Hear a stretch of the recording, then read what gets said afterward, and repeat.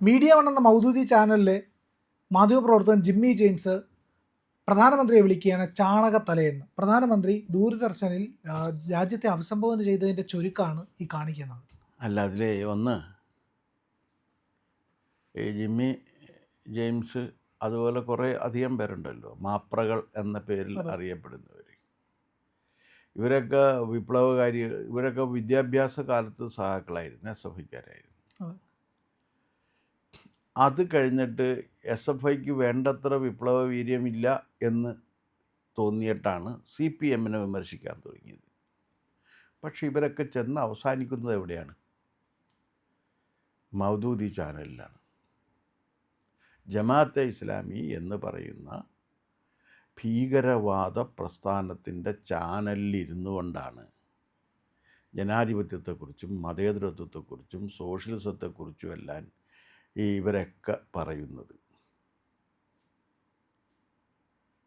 ഇതിൽ മൗദൂദി സിദ്ധാന്തത്തിൽ എവിടെയാണ് ജനാധിപത്യം ഉള്ളത്? എവിടെയില്ല. അല്ല, എവിടെയുണ്ട് ജനാധിപത്യം? മൗദൂദി ഇത് വഹാബിസം പ്രചരിപ്പിക്കുന്നതിനുള്ള ഒരു സംഘടനയാണ്. അബ്ദുൽ അൽ വഹാബ് സഊദും കൂടി ചേർന്ന് ഉണ്ടാക്കിയതാണ് സൗദി അറേബ്യ. അവരുടെ ഒരു രാഷ്ട്രീയ സിദ്ധാന്തമാണ് വഹാബിസം.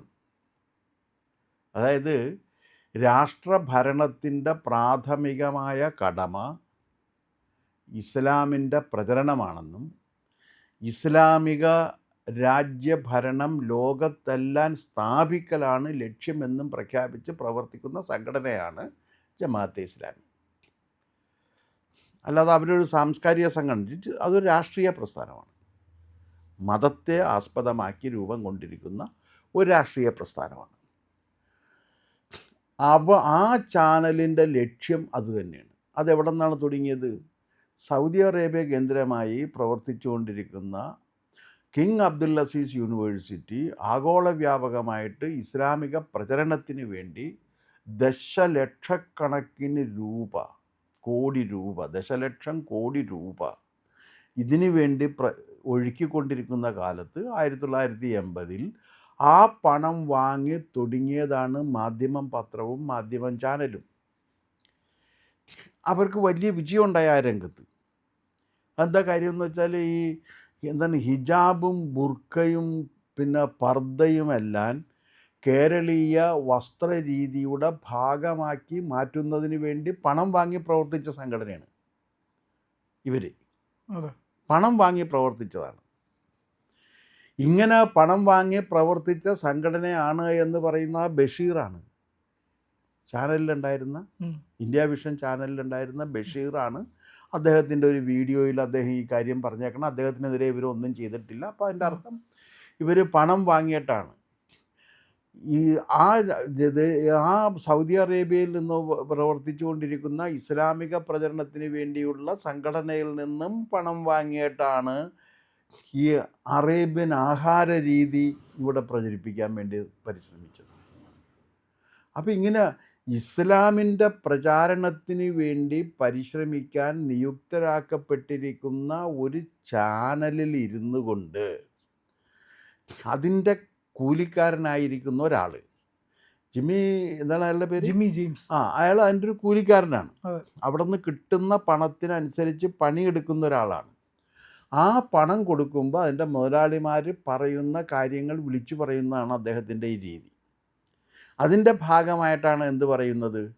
മോദിയെ എല്ലാ ദിവസവും അതിനകത്ത് തെറി പറയും, ചീത്ത വിളിക്കും. അത് ഒരു മര്യാദയോട് കൂടിയല്ല ചീത്ത വിളിക്കുന്നത്.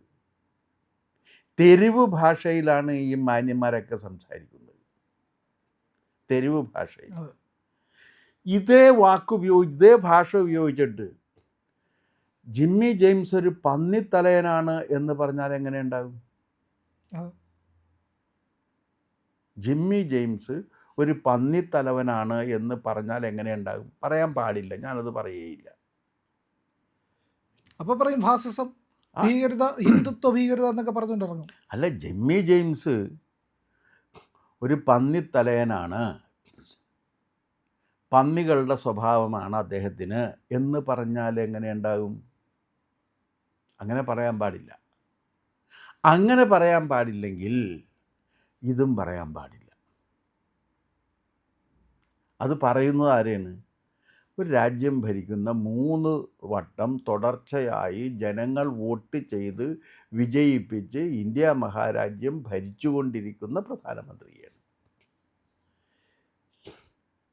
ഇവർ മത്സരിക്കാൻ ഇറങ്ങിക്കഴിഞ്ഞാൽ കെട്ടിവെച്ച കാശ് എപ്പോൾ പോയി എന്ന് ചോദിച്ചാൽ മതിയല്ലോ, ഇല്ലേ? അവരിപ്പോൾ ഏതെങ്കിലും ഒരു രാഷ്ട്രീയ മുന്നണിയുടെ ഭാഗമായി കടന്നുകൂടി എങ്ങനെയെങ്കിലും അധികാരത്തിലെത്തണം എന്ന് പറഞ്ഞ് പ്രവർത്തിച്ചുകൊണ്ടിരിക്കുന്ന ഒരു പാർട്ടിയാണ്. അതിനെയാണ് എന്ത് ചാനലെന്ന് പറയണത്? മീഡിയ വൺ എന്ന്. അപ്പോൾ ഒന്ന് മുഴുവനില്ലാത്ത ചാനലെന്നും അതിന് ആക്ഷേപമുണ്ട്.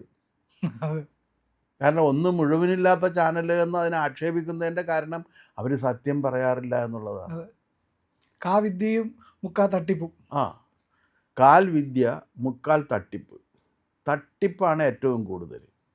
അതാണ്. എന്നിട്ട് ഇവർക്ക് ഏറ്റവും വലിയ പ്രശ്നം എന്ന് പറഞ്ഞു കഴിഞ്ഞാൽ, അന്താരാഷ്ട്ര മുസ്ലിം സമൂഹത്തിന് എന്തെങ്കിലും പ്രശ്നം ഉണ്ടായിട്ടുണ്ടെങ്കിൽ ഇവരെല്ലാം കൂടി അലമുറയിട്ട് കരയും. അപ്പോൾ ആ പണിയാണ് ഈ ജിമ്മി ജെയിംസ് ചെയ്തുകൊണ്ടിരിക്കുന്നത്. ഇനി ജിമ്മി ജെയിംസ് ഇതൊക്കെ ചെയ്യുമെങ്കിലും അദ്ദേഹം ഒരിക്കലും ക്രിസ്തു മതത്തെ വിമർശിച്ച് കണ്ടിട്ടുണ്ടോ? ഇല്ല. പള്ളികളെ പറ്റിയും വിവിധ ക്രിസ്തു സഭകളെ പറ്റി ഗവേഷണം നടത്തി അതിൻ്റെ പരിപോഷിപ്പിക്കലിന് വേണ്ടിയിട്ട് ഒരു പക്ഷേ ശ്രമിച്ചേക്കും.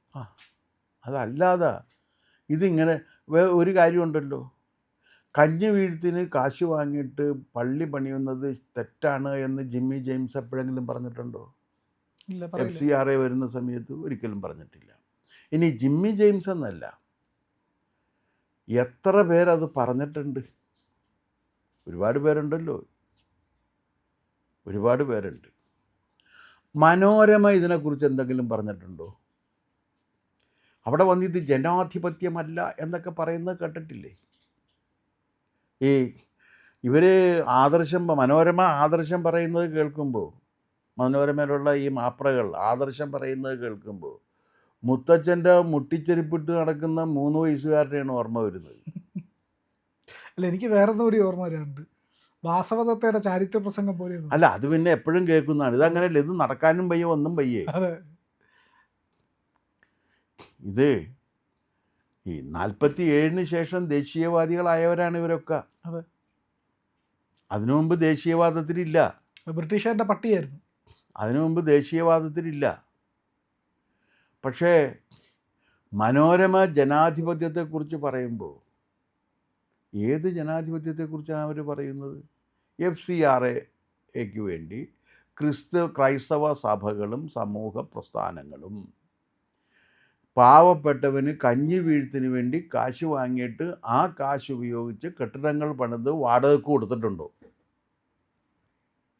അങ്ങനെ വാടകയ്ക്ക് കൊടുത്തിട്ടുണ്ടെന്ന് ആരോപിച്ച് കഴിഞ്ഞാൽ അത് തെറ്റാണെന്ന് ഇവർ പറയുമോ?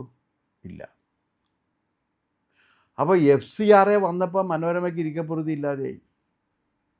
അതിനു മുമ്പ് ആ പ്രശ്നമില്ല. അതിനു മുമ്പ് ആ പ്രശ്നമേ ഇല്ല. അപ്പോൾ മോദിയെ ചാടി വീണ് എതിർക്കുകയാണ്. അങ്ങനെ മോദിയെ അടിച്ചതിനകത്ത് കയറ്റാൻ കൊള്ളാത്തവനാണ് എന്നുണ്ടെങ്കിൽ എന്തിനാണ് മനോരമയുടെ കോൺക്ലേവിന് വേണ്ടി അതിൽ ഒന്ന് വീഡിയോ അപ്പിയറൻസിനെങ്കിലും വരണം എന്ന് പറഞ്ഞ് മോദിയുടെ കാല് പിടിക്കാൻ ഇവർ എന്തിനു പോകുന്നു? ഇത്ര കൊള്ളരാത്തവനെ കൊണ്ട് ചെയ്യിക്കേണ്ട കാര്യമുണ്ടോ? വേണ്ടല്ലോ. കാരണം അതിൽ വന്നിരിക്കുന്ന കേരളത്തിൻ്റെയോ ഇന്ത്യയുടെയോ ചരിത്രത്തെക്കുറിച്ച് യാതൊരു ബോധവുമില്ലാത്ത, ഏതെങ്കിലും ഒരു കാര്യം കൃത്യമായി മനസ്സിലാക്കാൻ കെൽപ്പില്ലാത്തവർ അതിൽ വന്നിരുന്നുകൊണ്ടാണ് മോഡിയെക്കുറിച്ച് പറഞ്ഞത്, ജനാധിപത്യത്തെക്കുറിച്ച് പറയുന്നത്. ജനാധിപത്യത്തെക്കുറിച്ച് പറഞ്ഞു കഴിഞ്ഞാൽ ജനങ്ങൾ വോട്ട് ചെയ്ത് ജയിപ്പിക്കുന്ന ഏത് ഗവൺമെൻറ്റിനെയും അംഗീകരിക്കാനുള്ള ബാധ്യതയുണ്ട്. അതാണല്ലോ ജനാധിപത്യം. ഇവർ വോട്ട് ചെയ്താൽ മാത്രം അത് ശരി, ബാക്കിയുള്ളവർ വോട്ട് ചെയ്താൽ തെറ്റ് എന്നാണ് ഇവരുടെ രീതി. കേരളത്തിലുള്ള ഈ മാപ്രകൾ, വിശേഷം മനോരമയെ പോലുള്ളവർ, ഏതെങ്കിലും ഒരു വാക്ക് മോദിയെക്കുറിച്ച് നല്ലത് ഇന്ന് വരെ പറഞ്ഞിട്ടില്ല. മാതൃഭൂമിയും പറഞ്ഞിട്ടില്ല. ഒരു വാക്ക് നല്ലത് മോദിയെക്കുറിച്ച് പറയണ്ടേ? ഇതപര്യന്തമുള്ള ജീവിതത്തിൽ ഒരു മനുഷ്യൻ ഒന്നും നല്ലതായി ചെയ്തിട്ടില്ല എന്നൊരു വിശ്വാസത്തിലിരിക്കുന്ന ഒരു മാധ്യമത്തെക്കുറിച്ച് എന്തു പറയാൻ പറ്റും? നല്ലതും ചീത്തയും കാണുമല്ലോ ഏത് മനുഷ്യൻ്റെ ജീവിതത്തിലും. പക്ഷേ ചീത്തയാണ് എന്ന് മാത്രം ഒരൊറ്റ കാര്യം നല്ലതാണെന്ന് പറഞ്ഞിട്ടില്ലല്ലോ. അത് ഈ ഡീപ് സ്റ്റേറ്റിൻ്റെയൊക്കെ പണം വാങ്ങിക്കുന്നത്, സോറോസിൻ്റെ പണം വാങ്ങിക്കുന്നത്, സോറോസിൻ്റെ പണമൊക്കെ ഇവർക്ക് കിട്ടുന്നുണ്ടാകണം. അതുകൊണ്ടായിരിക്കണം അവരങ്ങനെ ചെയ്യുന്നത്.